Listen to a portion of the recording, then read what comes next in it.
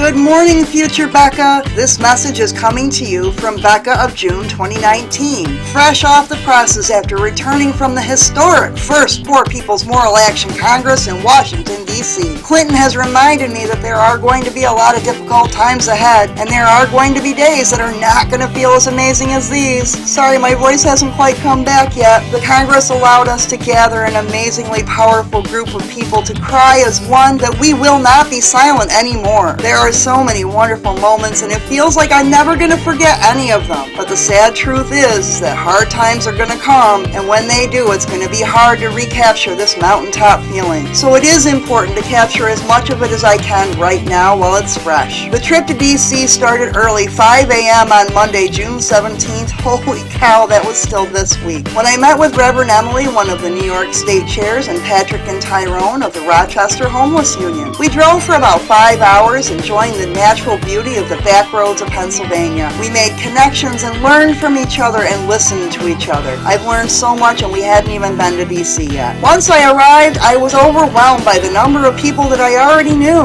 We talk about building a community. I saw friends from New York like Tim and Emma and Alicia, Marie, Kirk, Nick, Joe, Brittany, Suzanne, Sarah, Kelly, Kristen, and so many more. I instantly felt included and valued. It was powerful. Reverend Liz led us in a state-by-state roll call, allowing us to support and recognize where each and every one of us had traveled from to gather for this incredible event. It was so powerful hearing people from all across the country saying, "The Poor People's Campaign, a national call for moral revival." Reverend Barber reminded us the importance of raising the snake line, but also to take care with our presence. We were there to insert ourselves into the policy by being a part of the narrative. If we want them to listen to we the people, then we have to be loud enough for them to hear us. But we don't want to be loud and wrong, so this is also a time for deep analysis. Get out your notebooks. We had gathered 9 presidential candidates to whom we could ask questions about poverty, a topic that was entirely ignored in the last election cycle. Reverend Barber pressed each one of them about racist gerrymandering and voter suppression laws. Reverend Liz kept pressing them about the lie of scarcity and the truth of our ability to eliminate poverty through reducing militarism. We had moral witnesses like Francine Jefferson of Mississippi and Mick Finch, who told the candidates that poverty hurts and demanded help with the disasters created by climate change. I saw San Carlos Apache leader Wensler Nosey also ask about native lands and sovereignty and how that could be protected. Callie Greer from Alabama talked about losing her daughter to breast cancer and the lack of health care. Powerful stuff. I would talk about the responses given by the candidates who appeared: Joe Biden, Andrew Yang, Marianne Williamson, Elizabeth Warren, Michael Bennet, Eric Swalwell, Wayne Messam, Bernie Sanders, and Kamala Harris. But as Reverend Barber reminds us often, these powerful politicians can claim media space and vocalize their message on their own dime. This space is reserved for the impacted, so I'm going to move on. Leave it as enough to say that they showed their true colors and provided us with an opportunity to see with our own eyes that the need for the work that we are about to undertake. After dinner, the national group released the Poor People's Moral Budget. To be perfectly honest, I was so emotionally spent from the trip and the forum that I went back to my dorm room to rest and prepare for the next day, and I sacrificed my ability to witness this part. It is too bad because I later found out that I am featured in that budget. My picture and statement are from the speech I gave last year. How exciting! Luckily, we live streamed every minute, so I'm able to go back and find the footage and watch it later and see what this masterful plan is that we have unveiled. The next morning, Reverend Barber fired us up and helped us to see why we need a moral fusion movement in this moment. He taught us about the 14 steps to moral fusion organizing and the importance of critically relearning our history and strategies that worked in the past. We broke off during the day for a whole range of workshops and tracks. I was involved in the Moral Fusion Education and Leadership Development track. I had the privilege of learning from Mrs. Joyce Johnson of North Carolina, who could tell us about working with John Lewis to learn how to lock her legs in preparation for participating in the lunch counter protests of the 60s, because we will not be moved. Such experience, so rich to be able to learn from her. I also had the chance to learn from folks like Diana King of Cleveland, Ohio, who's fighting lead in her community. Another example of the scars of the Industrial Revolution, similar to those that we're fighting at our local high school here in Elmira. Karen Saunders of Vermont reminded me of the old saying that that everybody has something to teach, everybody has something to learn. This is an important balance that I have to keep in mind. Two questions that I heard that I want to incorporate in my local organizing strategy are, at the opening of sessions, I want to consider, what do you want to learn from this? And before closing, I want to consider, how has being here changed you? Those are some interesting perspectives to take. During lunch, there was a special luncheon that recognized the unions who were represented at the Congress. It was really amazing to see all the different walks of life and occupations that were there. There was a representative from the Airport Caterers Union that was telling us about a strike that was getting ready to start at Reagan Airport and asked for our support. We had another plenary called Power Among Poor People, Voting Rights and Electoral Strategy and Movement Strategy, where Tammy Rojas of Put People First, Pennsylvania, talked about hearing the words of Martin Luther King and finding the inspiration to become a leader in the Poor People's Campaign. And then Penda Harris of Forward Justice in North Carolina helped us to understand the inequality that we find in voters' rights, particularly after the Shelby decision of 2013. Reverend Liz reminded us that strength we're going to need to make power structures of this nation say yes when they may be desirous of saying no. Ari Berman of Mother Jones did a detailed historical review of legislative policies and judicial decisions, and Daryl Atkinson gave us a personal look at the impact of these policies and decisions. After dinner, I was ready for bed yet again. Yes, I am an old lady, but I missed the plenary called Intersecting Injustices, where Claudia de la Cruz talked about the poverty she found in the South Bronx of New York City, and Phyllis Bennis talked about militarism. Vanessa Nosey from the Apache Stronghold and Reverend Denise Anderson also spoke their truth. I missed it, but again, I am thankful that we were able to capture all of this on film, so I can go back and absorb every moment of wisdom and knowledge from these amazing speakers. Wednesday was when we put the proof in the pudding. Reverend Barber and Reverend Liz accompanied 4 faithful Poor People's Campaign witnesses to an official hearing of the House Budget Committee, where they provided their testimony, and we presented our Poor People's Moral Budget to the Congressional Record. Kenya Alsocier told the truth of an immigrant experience in East LA, and Callie Greer retold the story of her precious daughter Venus, who died of breast cancer in Alabama. Savannah Kinsey of Put People First, Pennsylvania, told her story of poverty and how it intersected with the fact that her hometown of Jonestown has a life expectancy that is 15 years less than the average. Chris Overfelt told his truth as a representative of Veterans for Peace and the cognitive dissonance our nation must feel when someone flies into our capital, Washington, D.C., over the Pentagon and sees Boeing and Lockheed Martin having buildings directly adjacent. While I watched the political response, I was furiously looking up the various representatives and their backgrounds. They each had a line that sounded awfully similar to, I have a strong personal experience with poverty, so I understand where you're coming from. One of these guys has such a strong connection that he owns the electric and gas company, another owns 18 McDonald's franchises, and one owns a company that sells electric wheelchairs. Tell me again how you understand poverty? It sounds to me like these are some of the folks that are actually preying on the vulnerable. It was very frustrating. Even those who sounded like they may have had values that aligned with my own, they had kind of short-sighted answers about 1 or 2 specific programs that they thought could resolve the economic inequality that is killing so many of our brothers and sisters. Overall, it left me remembering why it is so important for us to frame our fight in terms of right versus wrong and not left versus right. That doesn't solve the enormity of the problem that we have. We have to pull it out into the sunlight and sanitize the system so that it stops preying on the vulnerable. At the same time, we need to learn from the Israelites who saw Amalek attack those who straggled behind. As God reminded the people, we are responsible to protect and value each and every member of our society. We can't allow the widow or the orphans to straggle behind. We can't afford to let the disabled and sick fall behind. We need to keep them securely in the middle where we can protect and support each and every one of us, because the only way we're going to win this fight is forward together and not one step back. We're going back. June 20th, 2020, we will return to Washington, D.C. for the mass Poor People's Assembly and Moral March on Washington. We will have a national tour and organizing drive. The stage, Reverend Barber told us, is going to be built big enough and strong enough, not for someone else to tell our story, but for each and every one of us to tell our own story. It is going to be magical and transformative, just like this trip was. I can't wait to come back and bring all of you with me. Somebody has been hurting our people, and we will not be silent anymore.